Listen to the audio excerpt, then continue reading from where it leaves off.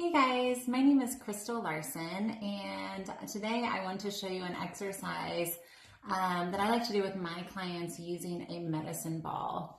Today I have a medicine ball that is 3 kilograms, which equals about 6.5 pounds.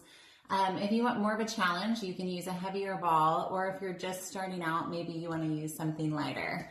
All right, so what I want you to focus on is keeping your core engaged throughout the whole exercise. You're going to start with your hands overhead.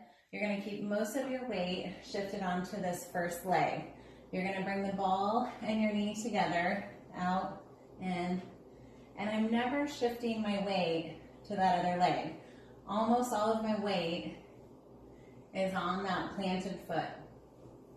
I'm going to do about 15, then I'm going to switch, and I'm going to do the other side.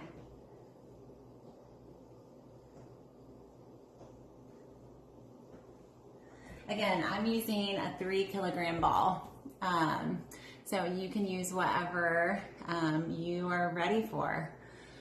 For more tips and tricks, please visit travelingtrainers.com. Have a great day, guys.